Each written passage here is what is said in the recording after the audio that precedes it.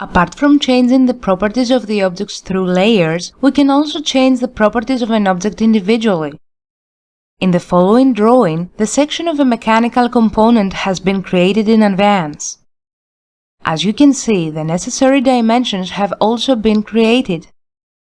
Since this drawing is representing the section of an object, a hat has also been inserted.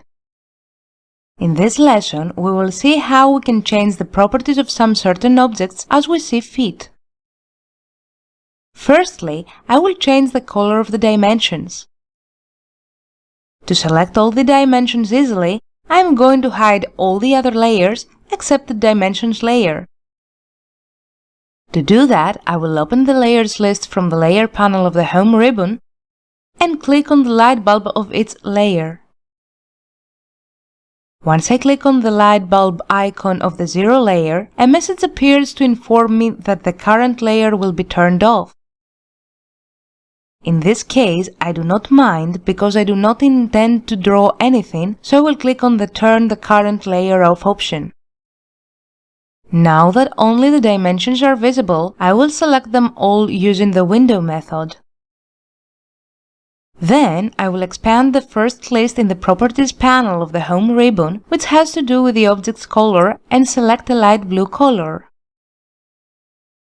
I will press Escape and notice that the color has changed.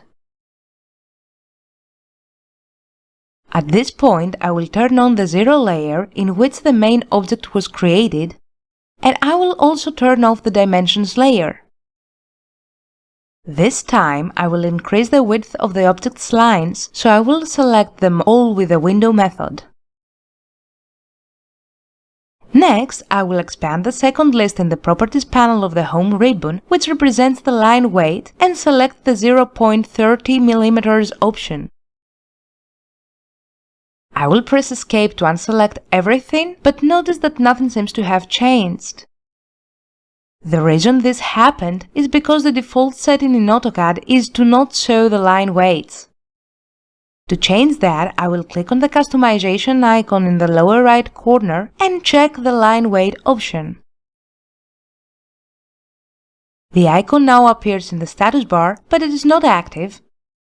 Once I click on it, it becomes a lighter shade of blue, which means that it's active. Notice that now the line weight is visible. At this point, I will turn on the Center Lines layer. The lines that indicate the center of the circles are shown, however they are just continuous lines and not centered lines as they should be. To fix that, I need to change the line type of these lines. Before I select anything, I will expand the third list in the Properties panel of the Home ribbon to see if the line type I want is loaded in the drawing. As you can see, the only type of line that is available in the list is the continuous line. That means that I have to load a center line in the drawing, hence I will click on the other option. The Line Type Manager window with all the loaded line types appears. I will click on the Load button, and from the new window that appears, I will search for the center line type. Once I find it, I will select it and click OK. Now, the center line is added to the list of the Line Type Manager window. I will click OK to close this window too, and now I will carefully select the lines I wish to be center lines.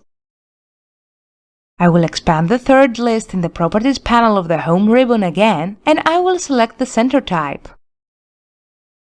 Even though the line type changed, notice that no change is visible in the drawing.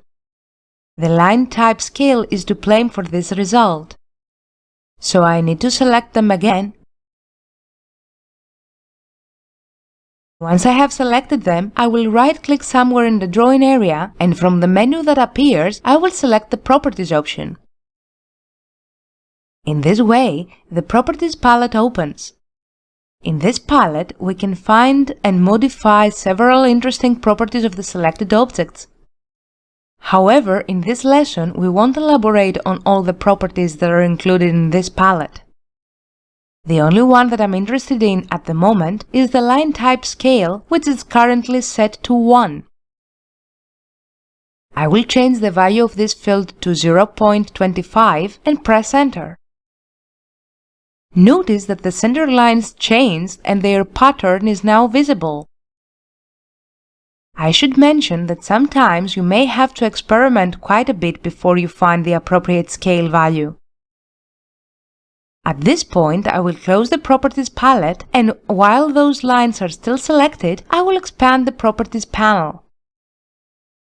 As you can see, I can also add transparency to the selected objects. In the Value field next to the word Transparency, I will type the number 50 and I will press Enter. Then I will press Escape to see the result clearly. Before we finish the lesson, I will show you how we can match the properties of two objects. To get a clearer picture of what I mean, let's say I want the two lines of the rectangle to have the same properties as the lines that indicate the circle centers. Instead of selecting them and change their type and the transparency value, I will click on the Match Properties button, which can be found in the Properties panel of the Home ribbon. As soon as the tool is active, a message prompts me to select the source objects whose properties I wish to copy. So I will select one of the center lines.